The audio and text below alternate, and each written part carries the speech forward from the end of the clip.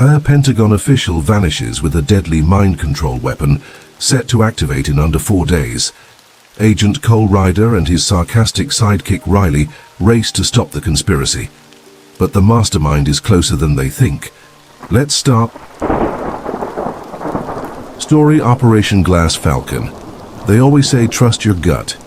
In my line of work, if your gut says something's wrong, you listen. Mine? It was screaming bloody murder at 3:12 a.m. when my burner phone buzzed under my pillow. Ryder, I grunted. We've got a situation, came the crisp voice of Director Klein. Pentagon official Miles Harrow vanished on his way home. No distress. Call just gone. We found a flash drive on the seat labeled Glass Falcon. You're up. Copy. Where's Riley? Already en route to your location. Wheels up in 20. Riley Moss, my assistant, or as she calls herself, my tech goddess in sneakers, was a sarcastic, brilliant hacker who had a talent for finding patterns in chaos. If I'm the hammer, she's the laser-guided missile. Within the hour, we were in a black van heading toward a quiet military safe house in Virginia. Riley was already tapping away on her laptop, cracking the USB. You know, Cole, she said between chews of sour gummy worms, if I disappear, I'd like more than a boring code name on a flash drive. Something dramatic like Operation Unicorn Vengeance. Remind me to name your funeral playlist, Madette, please. It'll be 80% Taylor Swift. I rolled my eyes and focused on the file she just opened. Lines of code, encrypted schematics. And then, a phrase, Project Glass Falcon. Reinitiation in T-84 hours. What the hell is Glass Falcon? I muttered. Whatever it is, it's scheduled to go live in less than 4 days. And judging by these data streams, satellite frequencies, brainwave patterns, it's some kind of neurological signal, broadcast-based, could be targeting TVs, radios, even Wi-Fi. Mind control? She nodded, eyes suddenly serious. If this file's real, yeah, Glass Falcon could hijack human behavior remotely. I felt a chill run down my spine. I've faced assassins, bombs, and traitors. But this was different. Our missing man wasn't just taken, he was erased from the system. No phone pings, no cameras. It was like someone knew how to blind the entire surveillance state. We need to find who built this tech, I said. Fast. Riley tapped a few keys. There's metadata in the USB, cross-referencing with classified DARPA projects. Boom, got a hit. The last known dev team was disbanded after a failed prototype. Their lead engineer? A guy named Dr. Julian Voss. Where is he now? Riley raised an eyebrow. Would you believe he's living off-grid in a ghost town in Virginia? Then, we go meet the ghost. I didn't like it. This whole thing smelled rotten, but we were already in deep and the clock was ticking. Only 83 hours left by noon. We were bouncing down an old logging road in rural Virginia, surrounded by trees so thick they looked like they could swallow the sun. The ghost town, Elkwood, hadn't seen life since the 70s. So let me get this straight, Riley said as she swatted a cobweb off her face. We're walking into an abandoned town, looking for a mind control scientist who probably thinks we're government assassins? Basically. Cool. Should I have worn my "Don't shoot me, I'm just sarcastic" t-shirt? The town came into view. Wooden buildings collapsing under their own weight, a rusted water tower, and the wind whispering like it knew secrets. We parked behind an old saloon and went in on foot. Thermal scan shows heat signatures inside that church, Riley whispered, pointing to a building with stained glass windows and ivy crawling up its sides. We crept up quietly. I had my Glock drawn. Riley stayed behind me, holding a device that could jam signals within a 50-foot radius. Inside the church, pews were pushed aside and cables snaked across the floor toward a generator and a laptop. A figure was hunched over it, mumbling. "Doctor, Julian Voss, I said, stepping into the light. He spun, holding what looked like a homemade taser gun. Who sent you? CIA, FBI? Are you here to shut me up? I'm Agent Cole Ryder. This is Riley Moss. We're not here to hurt you. We found your tech. Glass Falcon, we need your help. He narrowed his eyes. Glass Falcon was shut down. I buried it years ago. Yeah, well, someone just dug it up and plans to launch it in 83 hours. We need to stop them. Riley stepped forward, arms raised. We know you were forced to build it. We know what it can do. People will die, Julian. Or worse, become puppets. He looked between us. Finally, his shoulders sagged. There's only one person who could have accessed those files. My former protege, Clara Mendez. She had the keys to the architecture. She always believed it should be used to control, not protect. Before I could ask more, there was a sharp whiz, then a window exploded. Sniper! I yelled, tackling Julian. Riley dove behind the altar, pulling a small EMP grenade from her bag and tossing it toward the door. It detonated with a soft pop, frying surveillance drones we hadn't even seen hovering. We've been followed, she shouted. Outside, the sound of footsteps closed in. 3 figures in matte black tactical gear. No insignias. I fired 2 shots. One hit a guy's shoulder, sending him spinning. Riley lobbed a smoke capsule, and we made for the back. We sprinted through the trees behind the church. Julian wheezed behind me, scared and panting. You brought a kill team to a ghost town, Riley said, dodging a branch. Correction. They followed us. That USB was probably tagged. We reached the van and peeled out just as bullets peppered the trunk. Riley slid into the front seat and looked at Julian in the mirror. So, where's Clara now? He wiped sweat from his brow. She's not in hiding. She's been operating under the radar, using my algorithms to test partial broadcasts in rural areas. People have reported strange behavior, attacks, memory loss. If she's got the main array, she can scale this globally. Then we need to find her, I said. And destroy the array before it activates, Riley added. Julian nodded, voice trembling. But first we'll need the kill code, and it's not on any computer. It's inside my head. 81 hours to go. The safe house we fled to was buried so deep, in the Appalachian Mountains, even squirrels would need a map to find it. 1 road in, no signal, no drones, and 1 landline for emergencies. It wasn't fancy, but it bought us time. Julian Voss paced like a caged animal while Riley loaded her. 7th cup of instant coffee. We had 3 days left to stop a mind control signal from going global, and the only person who knew the kill code was muttering to himself about binary patterns and emotional triggers. All right, Julian, I said gently. You said the kill code. Chairs in your head. Start talking. We don't have time for dramatic scientist nonsense. He paused, eyes flicking to Riley.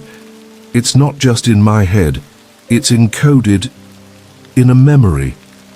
Riley raised a brow. Please tell me you don't mean that literally. I do, he said. It's a mnemonic cipher embedded in a deeply emotional memory. That's how I protected it. No one can extract it without triggering emotional recall. I'd know it. Only under the same conditions. Okay, I said, rubbing my forehead. You're telling me we need to reenact some emotional drama so you can remember the shutdown code for a worldwide brain-hacking weapon? Yes. Riley let out a laugh snort. Cole, I swear, if I ever invent anything dangerous, just punch me in the face and toss me in a lake. I ignored her. Julian, what kind of memory are we talking about? He took a breath. Clara and I were close. Before everything went wrong. There was a moment in Berlin, years ago. We argued in a lab. That argument was the trigger. The code is hidden in what she said to me before she walked out. Riley blinked. You embedded the kill code in a breakup? She was more than a protege, he said softly. Well, I hope your heartbreak has good recall, I muttered. We set up a simulation in the basement. Riley, ever the drama queen, dimmed the lights, and played old security footage from Berlin, labs on loop. We even tuned the thermostat to match the winter chill. Julian sat in the center, hooked up to a neural frequency scanner Riley built using stuff from the van, duct tape, and an old espresso machine. I wish I were kidding. You're about to emotionally hack a scientist, Riley whispered to me.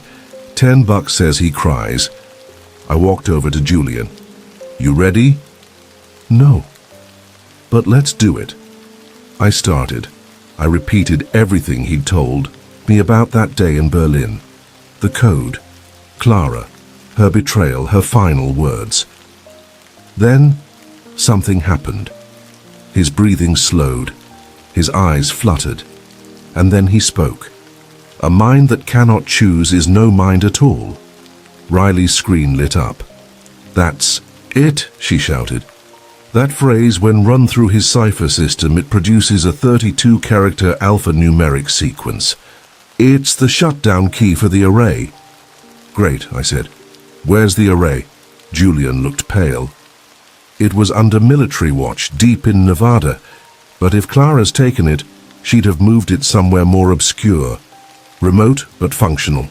It has to be near a powerful antenna farm or weather radar installation. Riley was already hacking NOAA databases. Got it. There's a decommissioned Cold War antenna array in northern Utah, Starlight Ridge. Still has power, buried optics. Military sold the land to a private shell company 5 years ago. I glanced at Julian. Is that her? Sounds like her. Style, Riley frowned. We don't have enough fuel to fly cross-country, commercials out. Charter jet will take time. Then the landline rang. That landline was never supposed to ring, I answered. Ryder. Static. Then a female voice. Hello. Cole, it was Clara. My stomach dropped. Riley's eyes went wide. I see Julian's given you the kill code, she continued, calm and cold. It won't matter. By the time you reach Utah, the signal will already be testing on select U.S. counties. Free will become optional. What do you want? Clara? I wanted a better world, a cleaner one. But since you're too primitive to understand, and I'll settle for watching you try and fail to stop me. Why call? I asked. To say goodbye. Click. Only 78 hours left. We were airborne in 2 hours thanks to a favor Riley called in from a contact in Montana. Don't ask how she knows a smuggler with a stealth chopper. The guy wore cowboy boots and smelled like whiskey and rocket fuel, but he got us over Utah airspace by dawn. The desert below was painted gold by sunrise. In the distance, nestled between two hills like a scar, Starlight Ridge. You know, Riley said over the headset, for someone planning world domination, Clara picked the world's ugliest base. We landed half a mile out. No drones, no guards in sight. Julian swallowed hard. If she activates it before we're inside, she won't, I said. We shut it down. Today. We hiked up toward the array site. Massive satellite dishes. Fenced-off buildings and a large underground bunker. But just as we crossed into the perimeter, boom! The ground under Riley exploded. She went flying back, hit hard, groaning. Riley, I'm fine, she hissed. Just bruised my sarcasm. Turrets rose from the sand, automated, heat-seeking. We hit the ground. I fired smoke rounds from my pistol to obscure our heat signatures. Julian, get to the terminal, patch Riley in remotely. I need 90 seconds, and that's 89 too many. Riley shouted, dragging herself to a rock with her tablet. As the smoke thickened, I rolled to cover and lobbed a flashbang near the left turret. It sparked, gave Julian a window. He made it to the control panel by the main door, jacked in his access tool. Riley, override safeties, route power to my terminal. I'm working on it, bullets whizzed. A drone dropped from above. I shot it mid-air. Riley yelled, You've got 30 seconds until this thing lights us up like a 4th of July barbecue. Julian typed furiously, fingers shaking. Then, click. The turrets lowered. Power doors hissed open. We were in. Inside the bunker, walls buzzed with electricity. The signal was real, already pulsing, reaching rural transmitters. Screens showed test sites, towns where people stood still, eyes glazed, responding to unseen commands. "She's testing in real time," Julian whispered. It started. Riley found the core terminal. "I can inject the kill code, but she's got encryption layers. If she's inside, she'll fight me." "She is," came a voice from the catwalk above. Clara Mendez stood there, in a black coat, calm as ever. "I expected you sooner, Julian." "Clara," he said, "it doesn't have to be this way." "It does. Humanity is chaos. I'm giving it order." She raised a small device. My vision went white. 72 hours before it's too late, we didn't sleep. Julian spent the last hour in the back of the van, scribbling neural patterns and code fragments on a stack of napkins we stole from a gas station. His hands trembled with each line. "This part," he muttered, tapping a messy symbol that looked like a mutated Wi-Fi icon. "This is the biometric lock. Clara won't be able to activate the full broadcast without my signal signature." "Which is good, right?" Riley asked from the passenger seat, sipping gas station coffee with the disgust of someone who remembered what real espresso tasted like. Julian shook his head. "It's good, unless she gets to me. Then it's game over."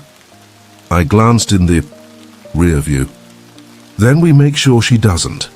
We pulled off the interstate near a secure NATO substation in Maryland, our temporary fallback. Inside, Riley set up a defense net while I got on a call with Director Klein. "You're telling me a rogue scientist is days away from launching global mind control?" Klein's voice was razor sharp. "And the only off switch is locked in. His gray matter?" "Yes, sir." "I want full lockdown. You, Moss, and Voss don't move without backup." "Negative," I said. "Backup means exposure. Clara's got eyes in systems we haven't even mapped yet. If she even smells movement from our side, she'll accelerate launch. We go dark. Just us." There was a pause, then a sigh. "You've got 48 hours, Ryder. After that we bring in everyone, I mean everyone, Ghost Protocol." Which translated meant nuclear option. Later that night, Riley waved me over to her setup. "I think I've got a bead on Clara." She pointed to a map filled with red circles. These towns all reported synchronized episodes: panic, memory loss, violent behavior. But they follow a pattern, all near abandoned radio towers. "Testing sites?" "Yup. And guess where all the towers lead back to?" She tapped a blinking red pin. "Old Weather Command facility in Alaska. Off-grid, decommissioned since 1991. Until now." "Let me guess," I said, already grabbing my go bag. "Clara's new lair?" Riley smirked. "Bingo. And according to Julian, it's the only place with the hardware strong enough to bounce her signal worldwide." I turned to Julian, who looked pale but determined. "She built the array in my image," he said. "I know how to break it. But we won't get close unless we bypass the neuro-authentication firewall. That means someone has to plug." "Your brain in," Riley finished. Julian nodded. "And I'm not coming back out."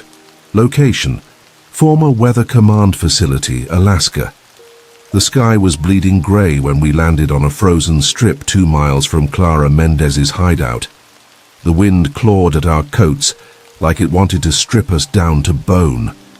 Ahead of us stood the E facility, half buried in snow but still pulsing faintly with life. "You know," Riley said as we trudged through the drifts, "I always dreamed of seeing Alaska. Maybe on a cruise with hot cocoa, not a suicide mission." "Don't worry," I replied. "When this is over, I'll buy you that cruise. You can even bring Julian's ashes if things go sideways." "Oh, morbidly thoughtful." Julian chuckled, behind us weakly. He was running on adrenaline and sheer willpower, having encoded most of the kill sequence directly into his biometric data. Clara had designed the mainframe to recognize only his neural signature, which meant the closer we got to the heart of the system, the closer we walked him to death's door. "Facilities powering up," Riley said, checking her tablet. "Signal pings every 5 seconds. She's warming up the Falcon." We reached a steel side hatch half buried under ice. Julian typed a sequence onto a handheld transmitter. A green light blinked. The door creaked open with a metallic groan. Inside, the facility was dark and cold, like a tomb for Cold War ghosts. Rows of dormant servers lined the corridor. Cables. The width of fire hoses slithered overhead. Everything felt alive and watching. "She's inside," Julian whispered. "Good," I said. "Let's knock." We moved room by room, disabling drones and tripwires Riley caught with her eagle eyes and dry sarcasm. "Clara really went for the Bond villain starter pack," she muttered, ducking under a laser tripline. "You know she can probably hear us." "Right," I said. "Yeah, I want her to." As if summoned, Clara's voice boomed through a speaker overhead, cold, confident. "Julian, still clinging to regret." Julian stopped in his tracks. His hands balled into fists. "You told me it was for defense," he said to the ceiling. "You lied," Clara chuckled. "No, dear mentor. I just evolved. Humanity needs order. And I intend to give it to them. You should be proud. Your design will reshape the world." I stepped forward. "Yeah? Through forced compliance? Doesn't sound like progress to me." "Oh, Ryder, always playing hero. You have no idea how deep this runs." A hiss, then metal shutters slammed behind us, cutting us off from the exit. "Guess we're committed now," Riley muttered. We reached the central chamber. The array was monstrous, like a metallic spider, legs extending to satellite uplinks and antennae. In the center, a pod connected to a neural link chair.